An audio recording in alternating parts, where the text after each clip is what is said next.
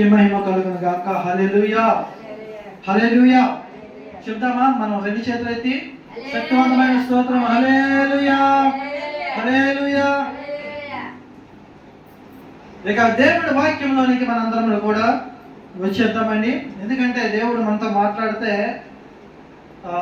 చాలా బాగుంటుంది. ఎందుకంటే దేవుడు మాట్లాడుతుంటే ఎలా ఉంటుందంటే ఆదరణ లేని వారికి దేవుడి మాట ఆదరణ కలిగిస్తుంది. హల్లెలూయా. దుఃఖముతో ఉన్న వారిని సంతోషపరిచేది దేవుడి మాట. హల్లెలూయా. ఇంకా అనేక మందిని తప్పుడు త్రోవలో నడిచే వారిని సరి అయిన త్రోవలో నడిపించేది దేవుడి మాట. హల్లెలూయా. మరణం చేద్దాం, చనిపోదాం అనుకునే వారిని జీవింపచేసేది దేవుడి మాట. హల్లెలూయా. కాబట్టి ఆ దేవుడి వాక్యం మనందరం శ్రద్ధగా కలిగి విందామండి. శ్రద్ధ కలిగి విందాము. ప్రతి ఒక్కరి మనిషి జీవితంలో కూడా ఒక జననం అనేది ఉంటుంది. జననం అనగా ఏంటి తెలుసా మీకు? జననం అంటే ఏంటి? పుట్టడం. హల్లెలూయా. మనిషి ఎన్నిసార్లు పుడతాడు? ఒకసారే పుడతాడు. ఎక్కడి నుంచి పుడతాడు అంటే తల్లి గర్భంలోంచి పుడతాడు. మరొకసారి పుట్టగలంటారు మనిషి? పుట్టలేడు అని అంటారు కదంటారా? నువ్వు నిత్య జీవానికి వెళ్ళాలి అంటే మరొకసారి నువ్వు పుట్టాలి అని అన్నప్పుడు ఎవరైనా ఏమంటారు? మరొకసారి పుట్టవా, నిత్య జీవానికి వెళ్ళవా అంటే ఏంటి అని ఎవరైనా అడుగుతారు.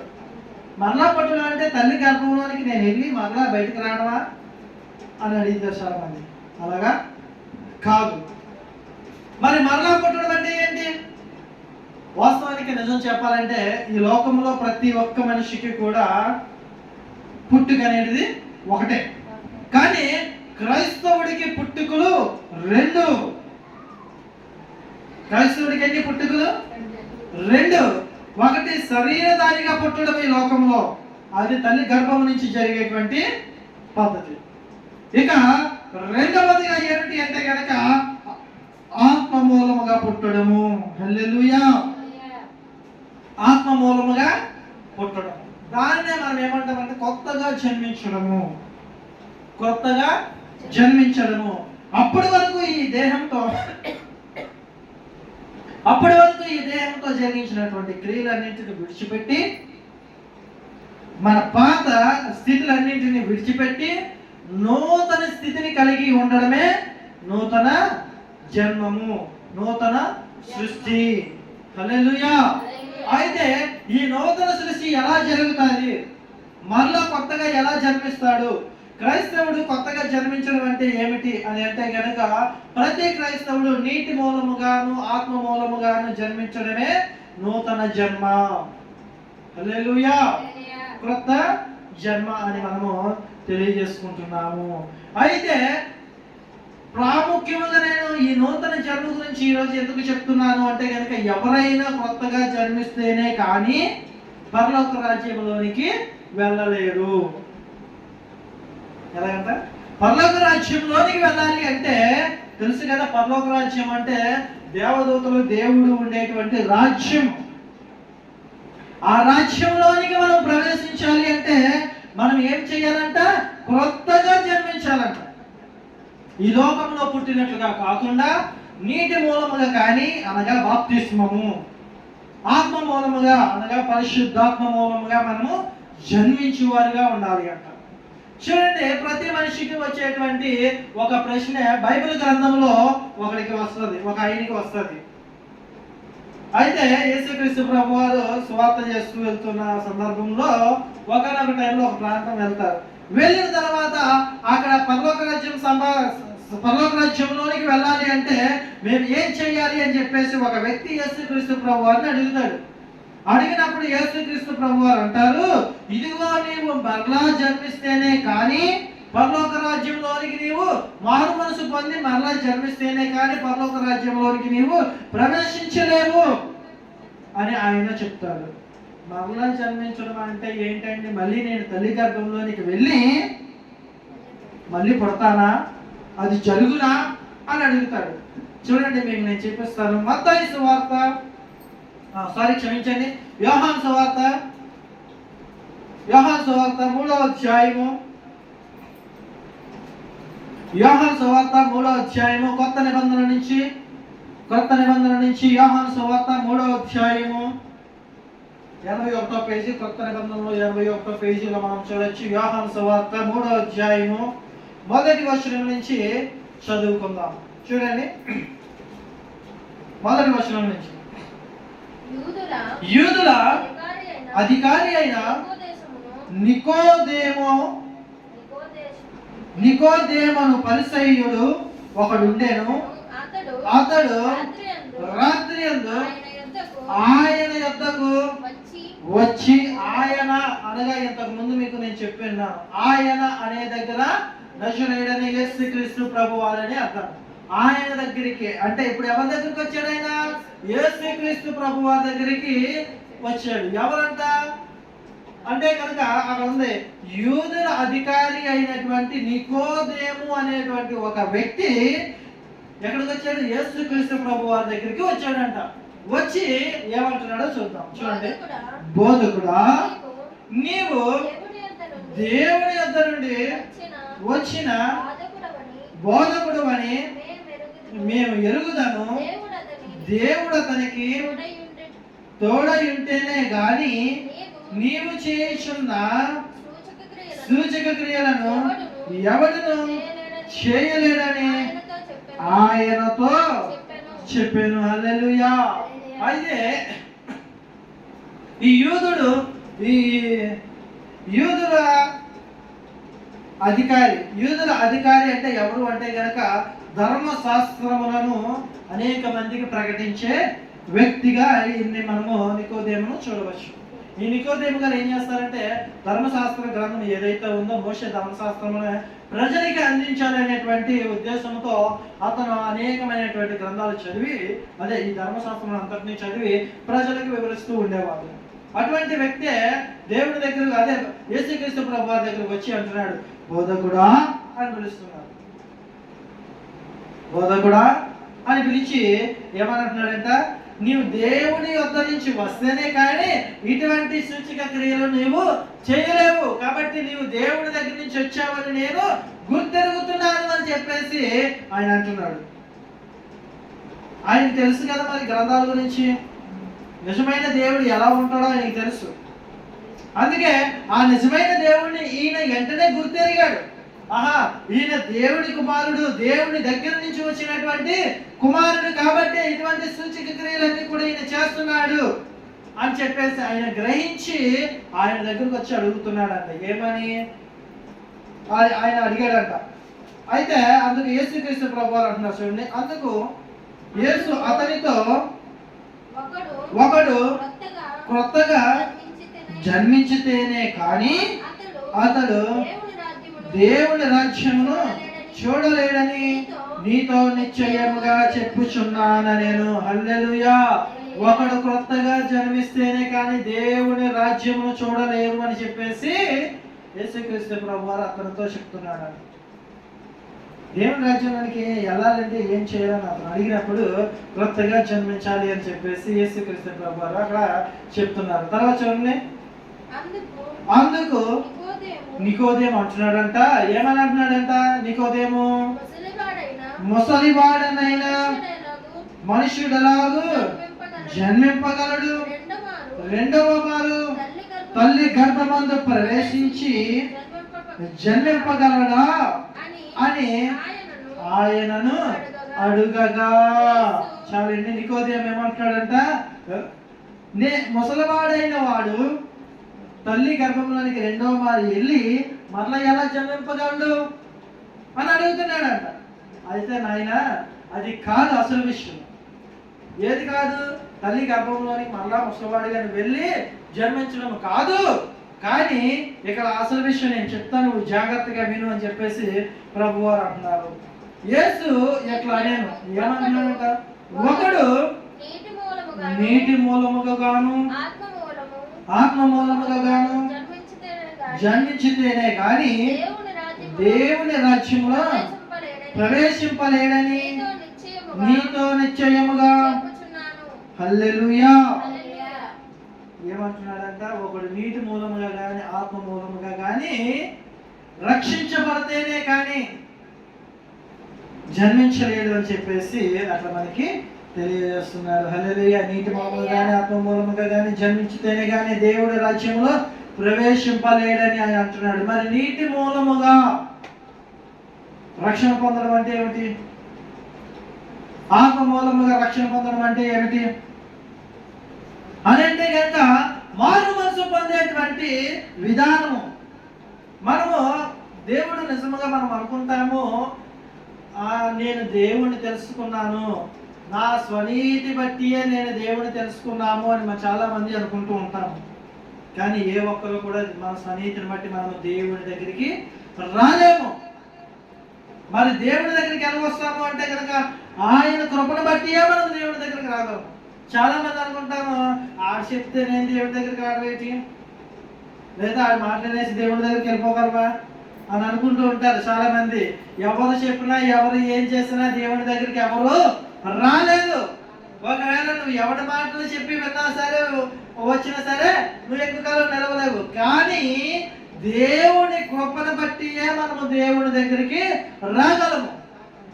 దేవుని కృప లేకపోతే మనము దేవుని దగ్గరికి రాలేము. మరి దేవుని కృప పొందుకోవాలంటే ఏం చేయాలి అని అంటే కనుక చూద్దాము. తీతుకు రాసినటువంటి పత్రిక, అపోస్తలుడు అయిన పౌలు గారు తీతుకు రాసినటువంటి పత్రిక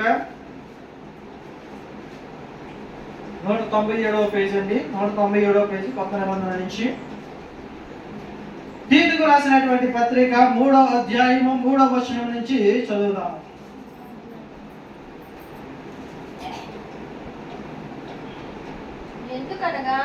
ఎందుకనగా మనము కూడా మునుపు అవివేకులమును అవిధేయులమును మోసపోయిన వారమును నానా విధములైన దురాశలకు భోగములకును దోషులమై ఉండి దుష్టత్వమందును అసూయందును కాలము గడుపుచు అసహ్యులమై ఒకరినొకడు ద్వేషించుచు ఉంటిమి గాని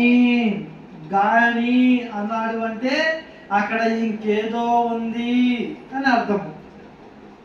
అయితే మనుషులు ఎలా ఉన్నారంట అంటే గనక మనము ఎలా ఉండేవాళ్ళమంట, క్రీస్తు కృపలో మనల్ని జ్ఞాపకం చేసుకోనక మునుపు మనం ఎలా ఉండేవాళ్ళమంట. ఎందుకనగా మనము కూడా మునుపు అంటే ఇప్పుడు మనము దేవుని ఆత్మను పొందుకున్నాము కాబట్టి, దేవుని గురించి తెలుసుకున్నాము కాబట్టి, ఆయన కృపలో మనం జ్ఞాపకం చేసుకున్నాడు కాబట్టి ఈరోజు మనం దేవుని మందిరంలో ఉన్నాము. మరి దేవుని మందిరంలో లేక మునుపు మన గతి స్థితి ఏమిటి అంటే కనుక ఎలా ఉన్నామంట, అవివేకుల వలె ఉన్నామంట. దేవునికి విధేయత చూపించలేనటువంటి స్థితిలో ఉన్నాము. నిజమైన దేవునికి మనము విధేయత చూపించలేని స్థితిలో ఉన్నాము.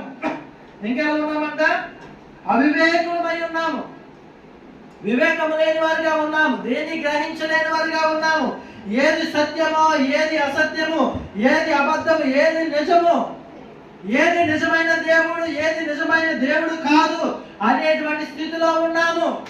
కానీ ఇప్పుడు మన నేత్రములు తెరవబడ్డాయి. ఆయన కృపను బట్టి మనం ఏం తెలుసుకున్నామంట, నిజమైన దేవుడు ఎవరో గుర్తెరుగము. హల్లెలూయా. ఇది ఆయన కృపను బట్టి జరుగుతుంది తప్ప మన స్వనీతి బట్టి కానే కాదు. అయితే ఇంకేమన్నా ఉన్నామంట, మోసపోయిన వారుగా ఉన్నాము. అపవాది ఏం చేశాడు అంటే కనుక ఏదేను వనంలో ఆదాము హవ్వలు ఇద్దరు చక్కగా తన కాలములను గడుపుచుండగా పాము వలె వచ్చి అపవాది ఏం చేసిందంట, మోసపరిచింది. తెలుసు కదా ఆ స్టోరీ మీ అందరికీ. దేవుడు మొట్టమొదటిగా ఏదేను వనమును సృష్టించాడు. ఈ లోకంలో సృష్టించిన తర్వాత దాంట్లోనికి ఆదామును తయారు చేశాడు. మొట్టమొదటిగా భూలోకంలో సృష్టించబడ్డటువంటి మనిషి ఎవరైనా ఉన్నారు అంటే ఆదాము మాత్రమే. ఆ తర్వాత ఎవరు సృష్టించబడ్డారంట, ఆదాముకు గాఢ నిద్ర కలుగు చేసి ఆ యొక్క పడుకున్న సందర్భంలో ఆదాము యొక్క పక్కటెముకలోంచి అవ్వను తయారు చేశాడు. హల్లెలూయా. స్త్రీనిగా తయారు చేశాడు. అయితే మొట్టమొదటిగా పురుషునిగాను, రెండోది స్త్రీని గాను మనుషులను ఈ విధముగా దేవుడు తయారు చేసి ఏదేను అనే ఆ యొక్క వనములోని వారిద్దరిని జీవనాన్ని గడపమని చెప్పాడు. ఇలాగా మనిషి మొట్టమొదటిగా సృష్టించబడ్డాడు. అంతేగాని కోతి నుంచో మొసలి నుంచో మనుషులు రాలేదు. కోత నుంచి మనిషి రాలేదు, మనిషి నుంచి కోతలు రావు. అర్థమైందా? చాలా మంది కోతులు దేవుడు అంటారు. కోతులు దేవుడు అంటే పూజించాలి కదా, ఎందుకు రాలెట్టుకుంటున్నారు? అవి ఏమాత్రము అవి జీవులు మాత్రమే. అర్థమైందా? కోతుల నుంచి మనిషి రాడు, మనిషి నుంచి కోతి రాడు. మరి మనిషి ఎలా వస్తాడు? దేవుడు సృష్టించేనే వస్తాడు. అలాగే ఈ లోకంలోనికి ఆదాముని అవని తీసుకొచ్చి ఒక ఏదైనా వనములో పెట్టిన తర్వాత ఆ ఏదైనా వనములో ఒక 2 చెట్లను దేవుడు నిర్మించి ఉన్నాడు. ఆ 2 చెట్లు ఏమిటి అంటే జ్ఞానమును వివేకమునిచ్చి చెట్టు ఒకటిని, తర్వాత నిత్యము బ్రతుకునేటువంటి జీవ వృక్ష ఫలం అంటే ఆ వృక్ష ఫలాలు తింటే ఇంకెప్పటికీ మనిషికి మరణం అనేది ఉండదు. అటువంటి చెట్టు ఒకటి పెట్టాడు. అయితే అంతలో అపవాది అయిన సాతాను వచ్చి మనిషిని ఏం చేసిందంట? మోసపరిచింది.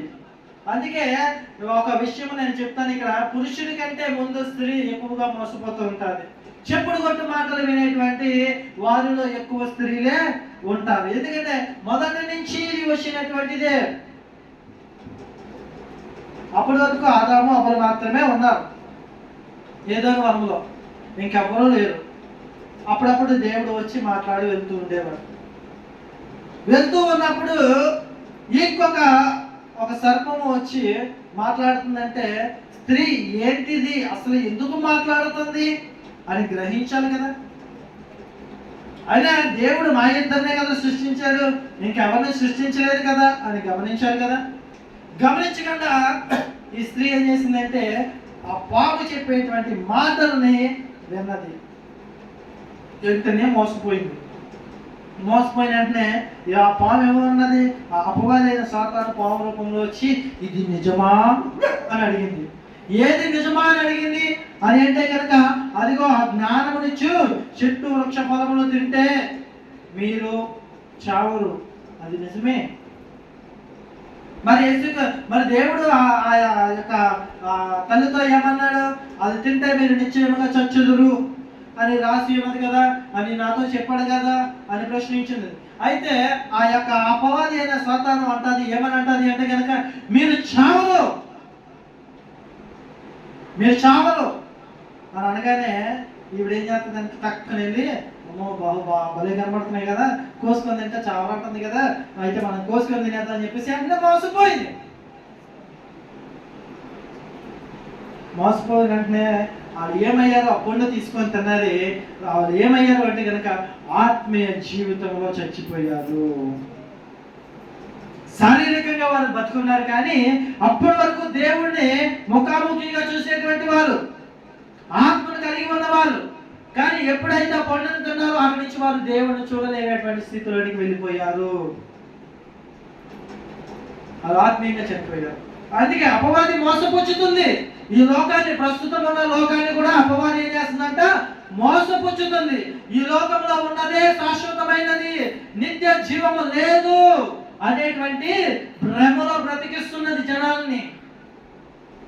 అందుకే దేవుడు ఇక్కడ మోసపూరితంగా ఉన్నారు, మోసపోయినటువంటి వారముగా ఉన్నామని చెప్పేసి అంటున్నాడు.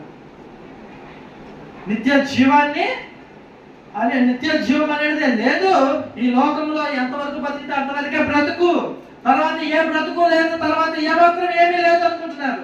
కానీ ఈ లోకంలో బ్రతికేది 70 ఏళ్ళు మాత్రమే, కానీ పరలోకంలో బ్రతికేది 1000 ఏళ్ల పరిపాలన.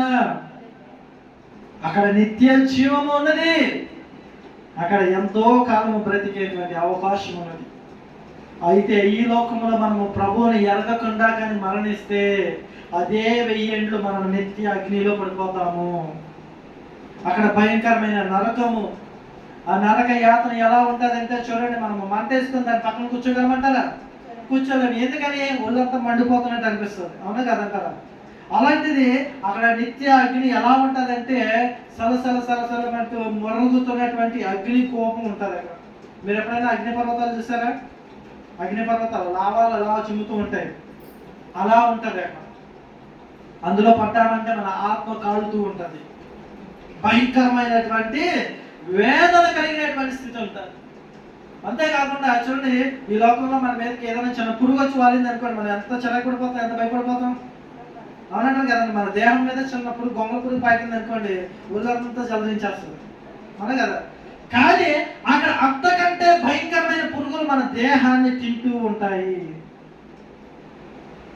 అదే నిత్య నరకము. ఆ అగ్ని ఆరదు, అగ్నిలో ఉన్న పురుగు సావదు, అది మన శరీరాన్ని తింటూ ఉంటుంది, మళ్ళీ కొత్త శరీరం వస్తూ ఉంటుంది, మళ్ళీ తింటూ ఉంటుంది. భయంకరమైనటువంటి వేదన కాలం అది. అందులోనికి మనం ప్రవేశించకుండా ఉండాలి అంటే ఇక్కడ మనం నూతనముగా ఏమవ్వాలంట, బాప్తిసం పొందేటువంటి నూతన జన్మను మనం పొందుకోవాలి. హల్లెలూయా. అప్పుడు మనము బాప్తిసం పొందుకొని క్రీస్తు నామాన్ని అంగీకరించి బాప్తిసం పొందుకొని నూతన సృష్టిగా మనం మార్చబడితే, క్రీస్తు నామంలోనికి మనం మార్చబడితే, క్రీస్తు స్వరూపంలోనికి మనం మార్చబడితే, అప్పుడు నూతన సృష్టిగా మనం మార్చబడతాము. హల్లెలూయా.